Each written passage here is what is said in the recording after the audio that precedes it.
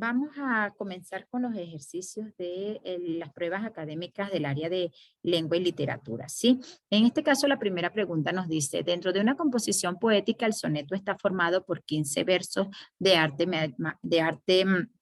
mayor. Esta pregunta tiene que ser falsa. ¿Por qué? Porque un soneto en realidad consta de 14 versos de 11 sílabas o lo que también se denomina endecasílabos, ¿sí? Los versos se dividen en 4 estrofas, los primeros 8 versos en forma de 2 cuartetos y los últimos 6 en dos tercetos.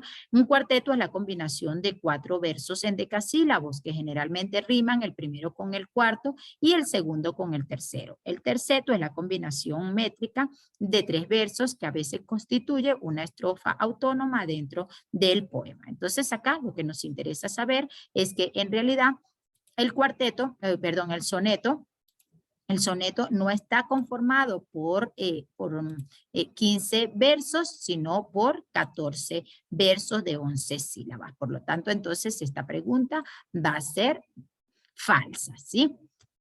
En la siguiente pregunta nos dice, ¿la sílaba tónica es un signo ortográfico? No, la sílaba tónica no es un signo ortográfico. La sílaba tónica en realidad es aquella sílaba donde se da la mayor prominencia fonética, es decir, es la sílaba que se pronuncia con mayor fuerza de voz. Entonces, esta pregunta es falsa.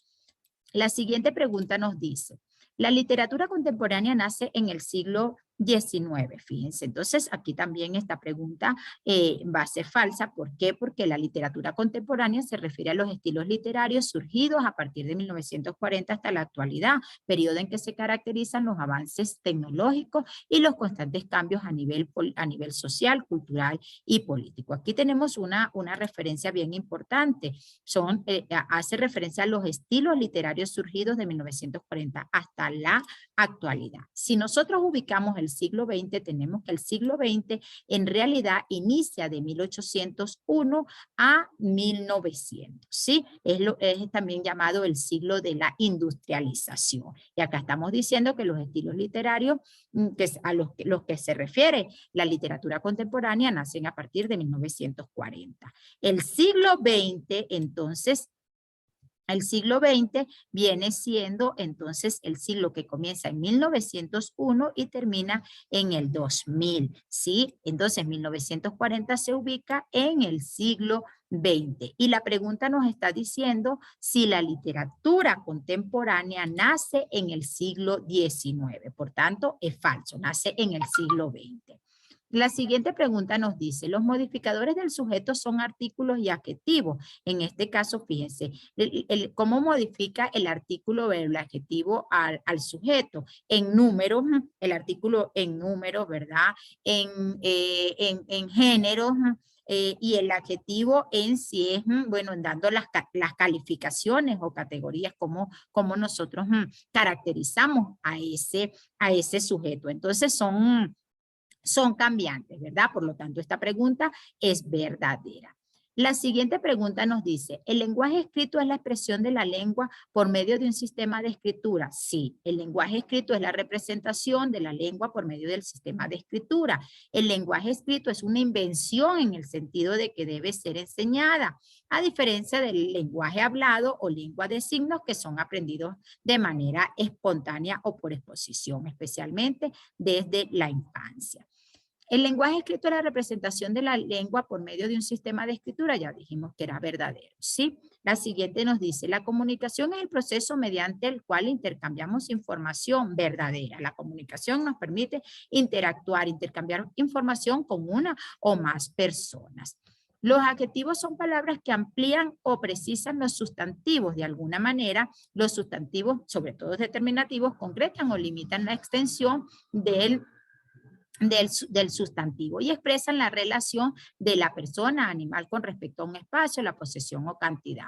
Por lo tanto, es verdadera, ¿sí? Acá tendríamos que marcarla como verdadera. La siguiente pregunta nos dice, entonces la siguiente pregunta nos dice, la comunicación oral es espontánea e inmediata. A diferencia de la comunicación escrita que nosotros tenemos que esperar que la persona lea y no estamos presentes en el momento en el que la está leyendo para aclarar alguna duda, la comunicación oral la que expresamos a través de la voz, entonces sí, es espontánea e inmediata. Recordemos que la oral la comunicación verbal incluye la oral y la escrita, pero las dos se diferencian, ¿sí? Entonces, acá en este caso es verdadera. Es inmediata, estamos interactuando, podemos aclarar alguna duda con la persona con la que estemos intercambiando información. El elemento de la comunicación receptor es el destinatario del mensaje. Escucha, lee, mira. Si el quien recibe, entonces lee, escucha o mira. Esta pregunta es verdadera. El receptor es quien recibe, ¿sí? Quien escucha. Los elementos de la comunicación requieren de un emisor. El círculo de la comunicación está compuesto por, emisor, receptor, canal, código, retroalimentación, ¿sí? Entonces, uno de los elementos de la comunicación sí es el emisor. Es indispensable que se encuentre. Acá, entonces, verdadera. Marcamos como verdadera, ¿sí? La siguiente pregunta nos dice... Borro acá. La comunicación es el intercambio de sentimientos, opiniones u órdenes. Sí, está dentro de todo lo que podemos comunicar, ¿verdad que sí? Podemos comunicar sentimientos a través de una expresión, opiniones a través de la voz, órdenes asignando a alguien. Entonces, esta pregunta es verdadera, ¿sí?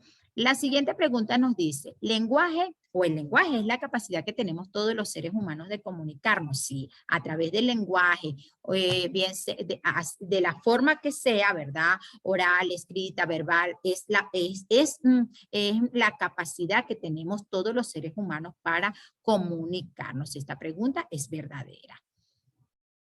El signo que usamos para comunicarnos es el signo lingüístico. Nosotros nos comunicamos a través de determinados signos lingüísticos. Entonces, esta pregunta es también verdadera. ¿Sí? Dependiendo también de donde estemos, vamos a tener determinados signos. La siguiente pregunta nos dice, la comunicación es la transmisión de la información. Es una de las funciones, la transmisión de la información es una de las funciones de la comunicación. Es la función organizativa. A través de la comunicación se ordena un conjunto de individuos por puestos, estratos o jerarquías, se generan normas, roles y funciones para construir una empresa, organización o estructura social. Esta función es la que promueve la interdependencia y la transmisión de información entre todas las partes que integran un sistema social. Por tanto, verdadera. La siguiente, el contexto es toda situación que rodea a un acontecimiento o fenómeno. Sí, el contexto, ¿en qué contexto se dio la Segunda Guerra Mundial? Entonces, nosotros decimos que se dio en el contexto de la segunda mitad del siglo XX y así sucesivamente. Entonces, verdadera. Se refiere al ambiente físico, la situación social, el estado psicológico en que se encuentra emisor y receptor en el momento de la comunicación. El elemento de la comunicación emisor es el conjunto de circunstancias que desarrolla el acto comunicativo. ¿Qué es el emisor? El emisor es la persona que habla, ¿verdad? Que sí, es la persona que transmite la información. Entonces será el conjunto, se puede definir como el conjunto de circunstancias en las que se desarrolla la comunicación. Ya dijimos cuáles eran esas circunstancias, ¿verdad? Entonces, por tanto, esta pregunta es falsa.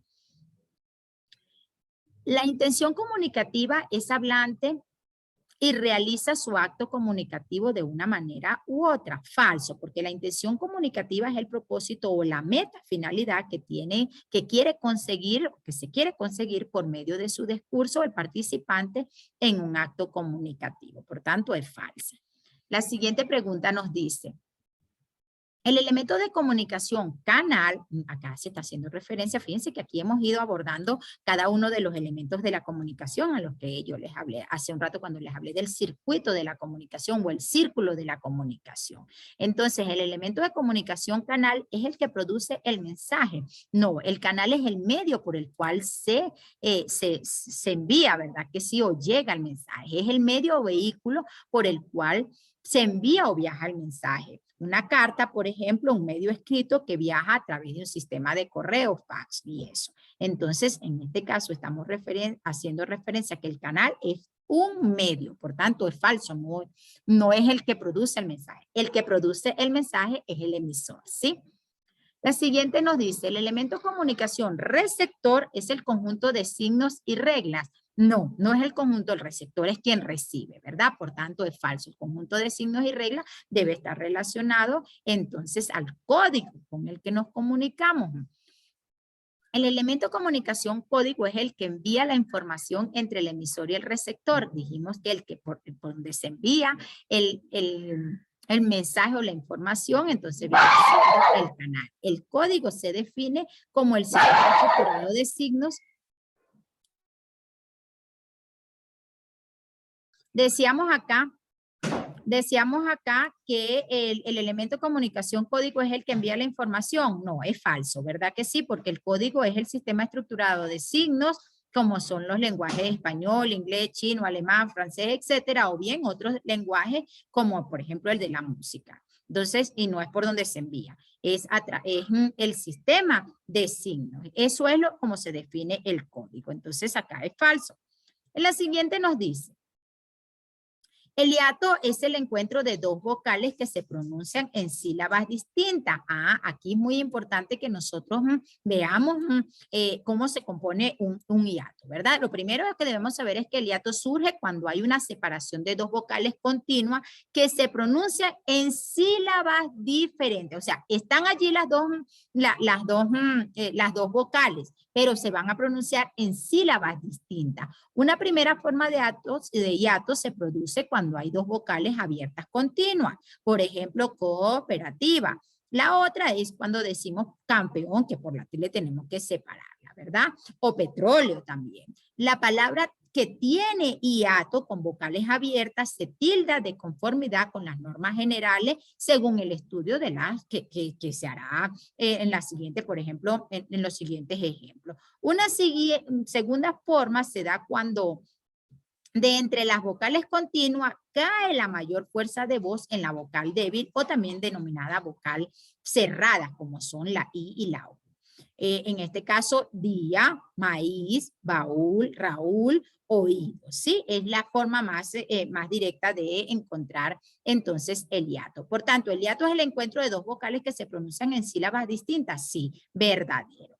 La siguiente pregunta nos dice, ¿el dictongo es la combinación de dos vocales continuas en una misma sílaba dentro de una palabra? Fíjense, el dictongo es la unión inseparable de dos vocales. Cuando encontramos, en primer lugar, una vocal abierta más una cerrada. Por ejemplo, ia, au, ei, eu, oi, ou, ¿sí? Entonces, una vocal abierta más una cerrada. En el caso de caimán, auto, aula, reina, peine, vienen formando entonces los hiatos. Además se produce, dictongo. Además se produce también el dictongo, que como dijimos es la unión de, inseparable de dos vocales, entonces se produce también cuando encontramos una vocal cerrada más una abierta. A, ia, ua, ie, ue, io, uo, ¿sí? Entonces, por ejemplo, cuando construimos la palabra piano, 4, siembra, pueblo, son referencias a dictongo, unión inseparable de dos vocales. ¿Cuál es la diferencia entre el hiato que decíamos anteriormente y el dictongo? Que en el hiato se pronuncian de manera separada, en sílabas separadas, mientras que en el dictongo se pronuncian en la misma sílaba las dos vocales. Repito, una vocal abierta más una cerrada y una cerrada más una abierta. Entonces, en este caso, verdadera. El dictongo es la combinación de dos vocales continuas en una misma sílaba dentro de una palabra. La siguiente pregunta nos dice, las palabras agudas son las que tienen la mayor fuerza de voz en la última sílaba. Entonces, acá, cierto, sí, las palabras agudas tienen su mayor fuerza de voz en la última sílaba. De acuerdo con la Real Academia de la Lengua Española, se acentúan dependiendo si terminan en N, S o vocal.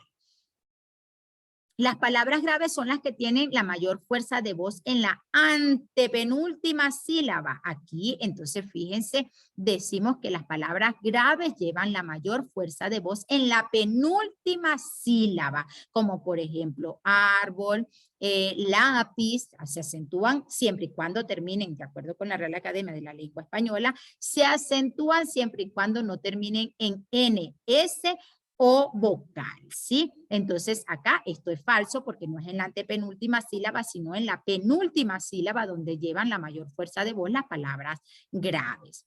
La siguiente pregunta nos dice, ¿las palabras esdrújulas tienen la mayor fuerza de voz en la penúltima sílaba? Esta pregunta también va a ser falsa porque las palabras esdrújulas son las que llevan la mayor fuerza de voz en la antepenúltima sílaba, ¿sí? Y la Real Academia de la Lengua Española nos dice como regla que siempre se deben tildar. Entonces, esta pregunta es falsa porque aquí nos dice que llevan en la penúltima, cuando en realidad llevan es en la antepenúltima sílaba la mayor fuerza de voz. La siguiente pregunta nos dice, las palabras sobre esdrújulas son compuestas y poco frecuentes en el español hablado y escrito. Acá, fíjense, nos dice la literatura que llevan la mayor fuerza de voz en la sílaba que procede a la antepenúltima, ¿sí? Estas palabras en su mayoría son el resultado de pronombres átonos sin acento que agregamos a una forma verbal, que pasan a llamarse enclíticos. ¿Por qué? Porque se componen pueden tener el pronombre, ¿sí? También allí, téngamelo. Entonces, ¿a quién? A mí me lo va a tener, ¿verdad? Que sí. Cómasela, ¿quién se la... cósamela. ¿A quién la va a coser? Tú, ¿verdad? Levántenselos a ellos, ¿verdad? Entonces, así lleva el pronombre en la misma palabra. Se compone el verbo con el pronombre. Entonces, por lo general se componen de allí, ¿sí? Entonces, como nos damos cuenta, no es que son poco frecuentes, las usamos comúnmente. Cuando hago también, por ejemplo, comúnmente, las compongo una palabra, ¿sí? Entonces, allí esto es falso, porque sí se utilizan con mucha frecuencia. La lengua es el código concreto que usamos los humanos para comunicarnos verbalmente. En este caso, miren, la lengua es la estructura, el tejido gramatical, el pensamiento organizado de un pueblo o una sociedad. Es la que une a las personas y en gran medida hace a una nación. Es así como la expresión lenguaje, lengua y habla se confunden en el concepto de comunicación. El lenguaje es el sistema de signos articulados que denotan un significado y sirven como vehículo de intención. Acá estaría definiendo en realidad es eso.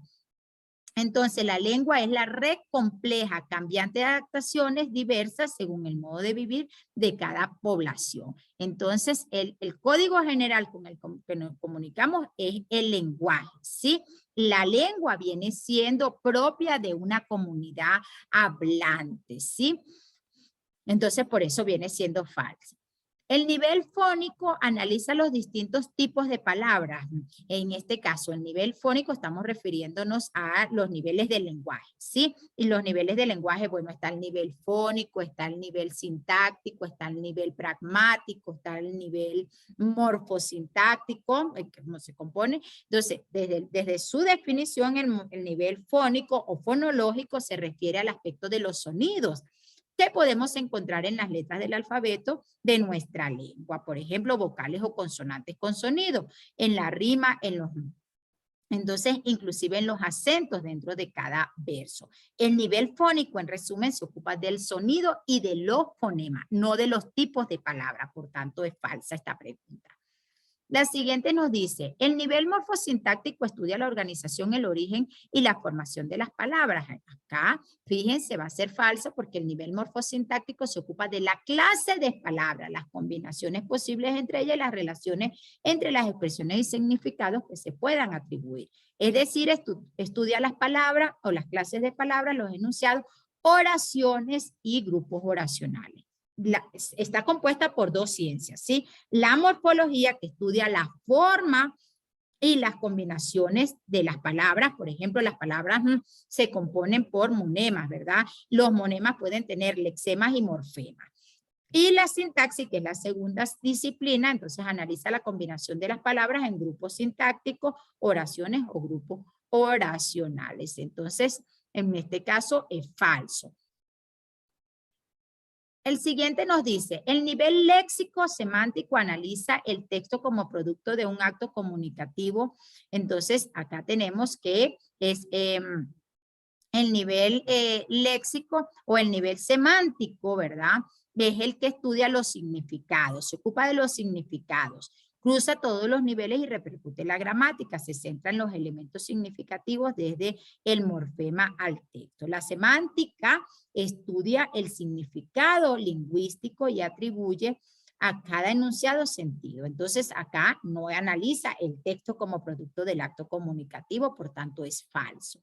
En la siguiente nos dice, el nivel pragmático textual estudia los sonidos y los fenómenos. Quien estudia los sonidos y los fenómenos es el nivel fónico, ¿verdad? Por tanto, es falso. El nivel pragmático lo que hace es que estudia entonces la relación, el lenguaje en relación a los receptores y las circunstancias de la situación comunicativa. Se centra más en el texto como tal. La pragmática es la rama de la lingüística que estudia el lenguaje en su relación con los usuarios y las circunstancias de la comunicación. La siguiente pregunta nos dice, el lenguaje oral constituye el grado más alto de evolución lingüística. De acuerdo con la literatura, es cierto, el lenguaje oral constituye el grado más alto de evolución lingüística alcanzado únicamente por el ser humano. Es utilizado como instrumento de comunicación, representación y de relación social y es de vital importancia para el desarrollo cognitivo, social y afectivo de los individuos. Por eso allí radica su importancia. En este caso, esta pregunta es verdadera. La siguiente pregunta nos dice, los fonemas o el fonema es la unidad sonora más pequeña de la lengua con cualidad distintiva. La literatura nos dice que la fonología se ocupa del fonema como unidad mínima, sin significado, pero capaz de diferenciar significado. Entonces es verdadera. La siguiente pregunta nos dice, al hablar del lexema, señalamos que es una parte invariable de una palabra en la que reside el significado verdadero. El lexema es la raíz de la palabra, ¿sí? Y ella tiene implícito un significado. El pensamiento es la actividad y creación de la mente, todo aquello que es atraído a existencia mediante la actividad del intelecto. Sí, acá vamos a definir un poco el pensamiento. El pensamiento es la capacidad que tienen las personas de formar ideas y representaciones de la realidad en su mente relacionado con otras cosas. También se refiere como las ideas formadas por la mente. El pensamiento es la actividad y creación de la mente. Se dice todo aquello que es traído a la existencia mediante la actividad del intelecto. El término es comúnmente utilizado como forma genérica que define todos los productos de la mente y puede generar hasta actividades racionales y reflexivas del intelecto o las abstracciones de la imaginación. Todo aquello que sea de naturaleza mental es considerado pensamiento, bien sean estos abstractos, racionales, creativos, artística, entre otros. Entonces, en este caso es verdadera, ¿sí?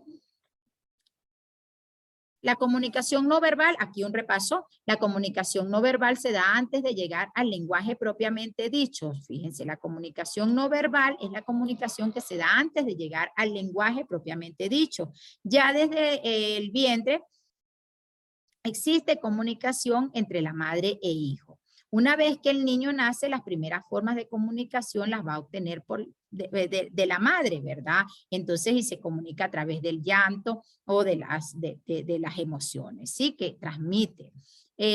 Con 1 mes y medio entra en la etapa de los gorgojeos, emite sonidos porque es una forma involuntaria. Y a los 3 o 4 meses es la etapa del balbuceo, emite sonidos que sirven para la gimnasia. Esto como ejemplo, ¿sí? De lo que viene siendo la comunicación no verbal. Entonces se da antes de llegar al lenguaje propiamente dicho, verdadero. La pregunta 38 nos dice, ¿el ser humano desde su etapa primitiva ha tenido la necesidad de comunicarse? Sí, siempre el hombre Es una criatura que se comunica, así lo afirman diferentes autores, cuando dicen que por naturaleza y para satisfacer sus necesidades, el hombre ha tenido que comunicarse con con sus diferentes o sus semejantes, utilizando señales, movimientos, signos, pues nadie puede existir en un grupo o sociedad sin alguna forma de comunicación. Acá vemos cómo ha evolucionado las formas de comunicación hasta nuestros días cuando utilizamos la tecnología y podemos llegar a una persona que está a grandes distancias, pero de manera inmediata. Entonces, la comunicación es un sistema recíproco, un sistema sistémico de interacción entre las personas y ha existido desde que se conoce la existencia del ser humano. Entonces, verdadera.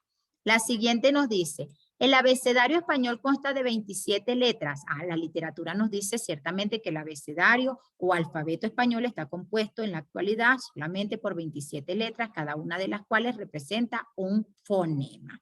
Verdadero. La pregunta 40 nos dice, el alfabeto español quedó fijado en 1803. La literatura nos dice que el alfabeto español quedó fijado en 1803 en 29 grafemas, 27 letras y 2 dígrafos, cada uno de los cuales puede adoptar la figura y tamaño mayúscula o minúscula, tales como son, aquí como se muestran, ¿sí? Grafemas son más que fonemas, porque recordemos que, por ejemplo, la C conforma la H, ¿sí?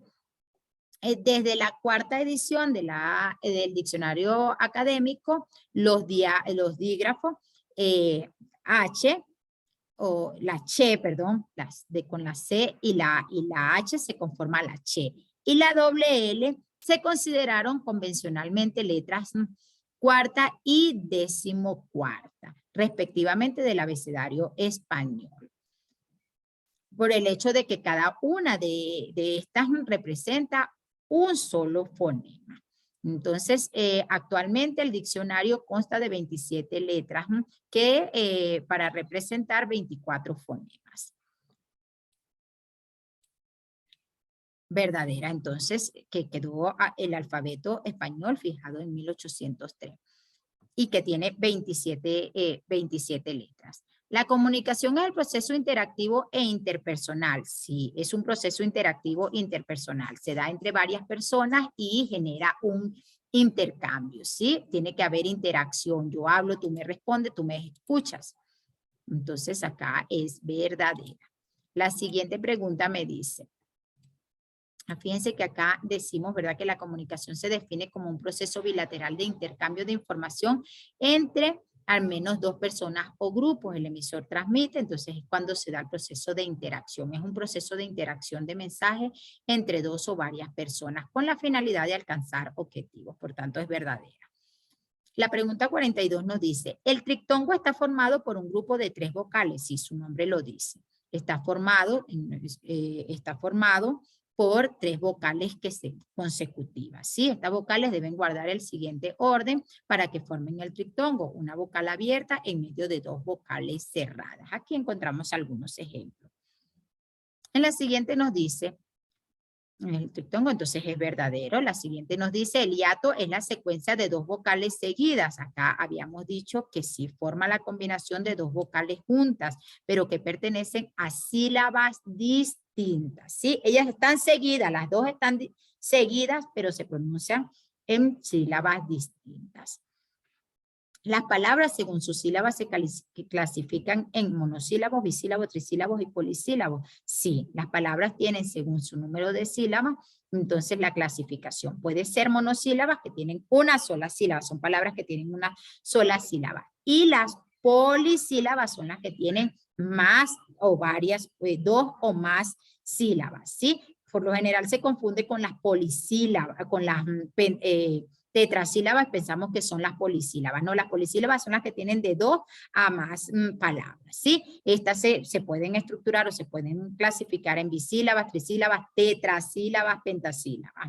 Entonces, cuando tienen 5 sílabas son las pentasílabas. Entonces, acá esta pregunta va a ser verdadero. Según las palabras, según el número de sílabas, se pueden clasificar por 1, 2, 3, 4 o más.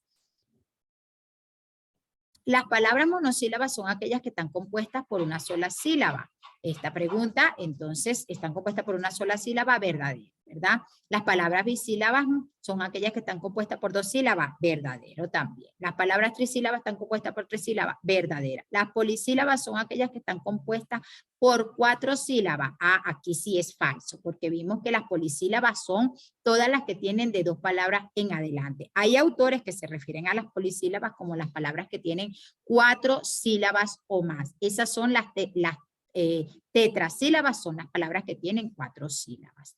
Entonces, acá es falso. La última viene siendo falsa, ¿sí? Porque las palabras polisílabas son aquellas que están compuestas por varias sílabas. Las tetrasílabas son las que están compuestas por 4 sílabas. Y la última pregunta entonces nos dice, las palabras homófonas son 2 o más palabras que al momento de pronunciarse sonan parecidos. No, fíjense, las palabras, perdón, sí, ciertamente. No podemos decir que se pronuncian similares, tenemos que decir que las palabras homófonas se pronuncian exactamente igual. Suenan de igual modo, pero se diferencian en el significado, tienen significados completamente distintos, por tanto es falso porque aquí dice que son parecidos igual. Una palabra, por ejemplo, homófona, tiene el mismo significado, pero se va a escribir distinta y va a significar también cosas distintas. Entonces, por ejemplo, cuando decimos bienes, ¿sí? Bienes, tienes bienes materiales. Entonces, en ese caso, bienes se escribe con B labidental, ¿sí? Ahora, si yo digo vienes mañana, entonces estoy refiriéndome al verbo venir. En este caso suenan exactamente igual, pero no se escriben igual, porque del verbo venir se escribe con V, ¿sí? Esa es una palabra homófona. Suena igual, pero se escriben distinto y, por supuesto, su significado es completamente distinto. Entonces, bueno, hasta aquí hemos esta primera parte. Luego pasaremos a la segunda parte de este cuestionario para seguir ampliando todo lo que tiene que ver con lengua y literatura.